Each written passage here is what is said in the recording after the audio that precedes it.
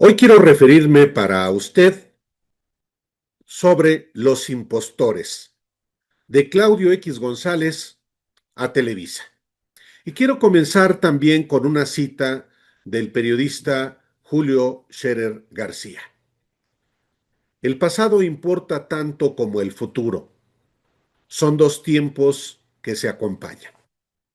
Dice así: ahora que este año se cumplen 2 décadas del fraude electoral del 2006, que detonó la violencia en México con Felipe Calderón, es muy cínico y deshonesto que los mismos que lo planearon, ejecutaron y avalaron, de Claudio X González a Televisa, de Enrique Krause a Héctor Aguilar Camín, de Luis Carlos Ugalde a José Woldenberg, del Consejo Coordinador Empresarial a la organización de ultraderecha El Yunque, aleguen que una reforma electoral implicaría la restauración del antiguo régimen que justamente ellos representan desde la sucia elección de Carlos Salinas de Gortari. Solo para exhibir la impostura de la derecha, no debería haber ninguna reforma, pese a que sea una extendida demanda ciudadana la disminución del millonario presupuesto a los partidos políticos y la desaparición de los legisladores plurinominales. Con las leyes e instituciones electorales vigentes, que son hechura del PRIAN, Morena y sus aliados ganaron en 2018 y en 2024, y muy probablemente ganarían también el próximo año. Esa es la lógica de los que no quieren cambio alguno, que el juego se realice con las mismas reglas, incluyendo el árbitro, para neutralizar todas las sospechas.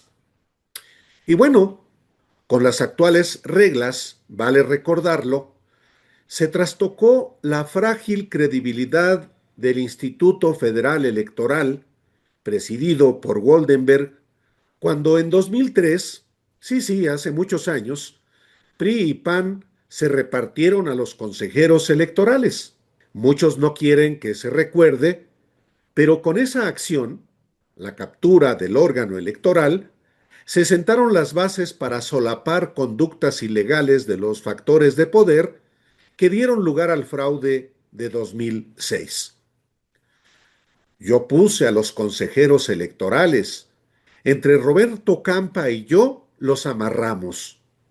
Esto me lo confesó muy ufano Germán Martínez Cázares, el representante de Calderón en la Cámara de Diputados, sobre la captura del IFE tramada con el operador del Baester Gordillo para excluir a la izquierda del órgano electoral, clave para evitar el triunfo de Andrés Manuel López Obrador en 2006.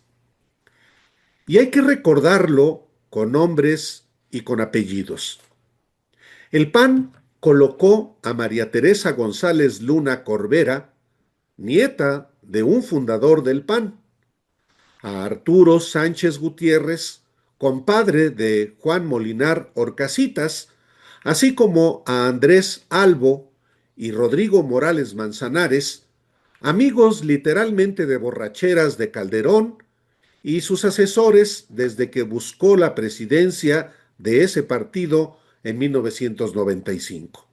Por su parte, el PRI colocó como consejeros electorales a Virgilio Andrade Martínez, quien sería miembro del gabinete de Enrique Peña Nieto, a Marco Antonio Gómez Alcántar, actual asesor de Alejandro Moreno Cárdenas, a María de Lourdes López, afín al PRI de Coahuila, y a Alejandra Latapí Renner, una posición de Claudio X González Laporte, quien presidía en ese entonces el Consejo Coordinador Empresarial y era miembro del Consejo de Administración de Televisa, de cuya televisora su hijo, el Junior, era presidente de su fundación.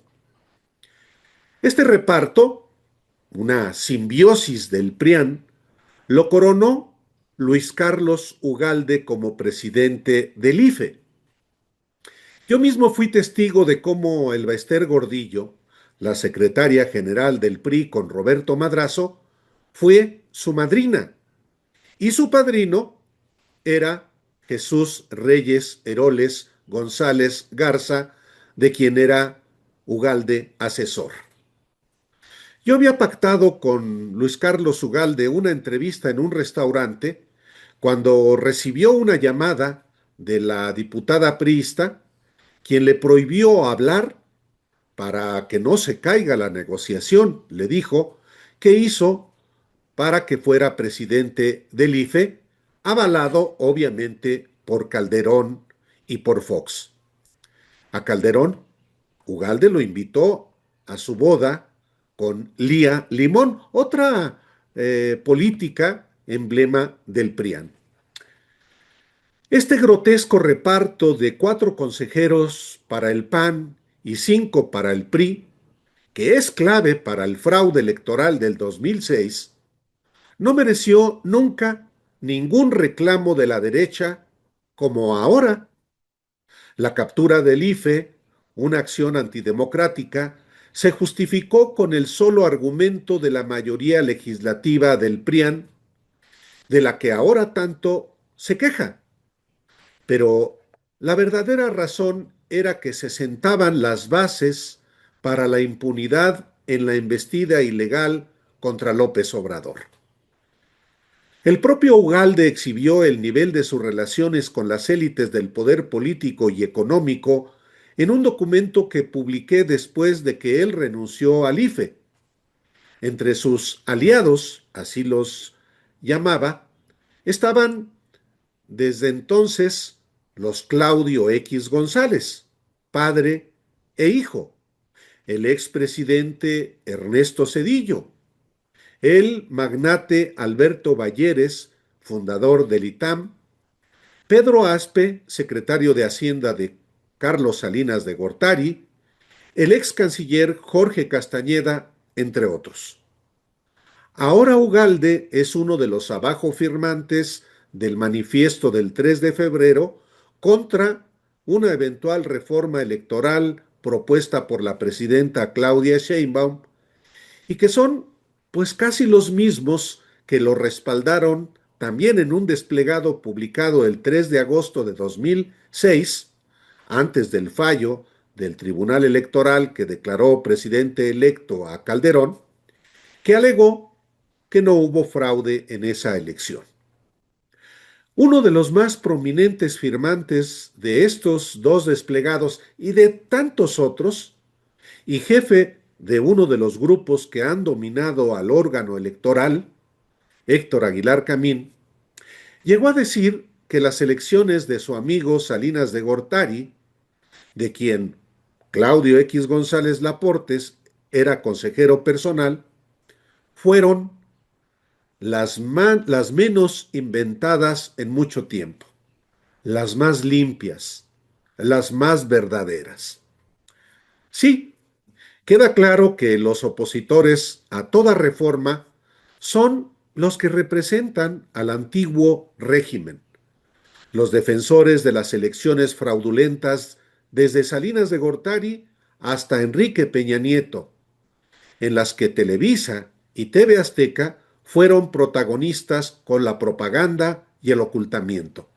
Por eso, insisto, que no haya por ahora ninguna reforma electoral y que las elecciones del 2027 se realicen con las mismas reglas e instituciones vigentes, incluyendo las millonadas que claramente favorecen en primer lugar a Morena, y también que el Instituto Nacional Electoral, que pronto tendrá una mayoría de consejeros afines a ese partido, pues siga como está. En abril de este mismo año saldrán del INE Dania Rabel Cuevas, Claudia Zavala Pérez y Jaime Rivera Velázquez, consejeras y consejero claramente identificados con el PRIAN. Bueno, y entonces Morena, con sus aliados, tiene mayoría calificada para elegir a sus reemplazos.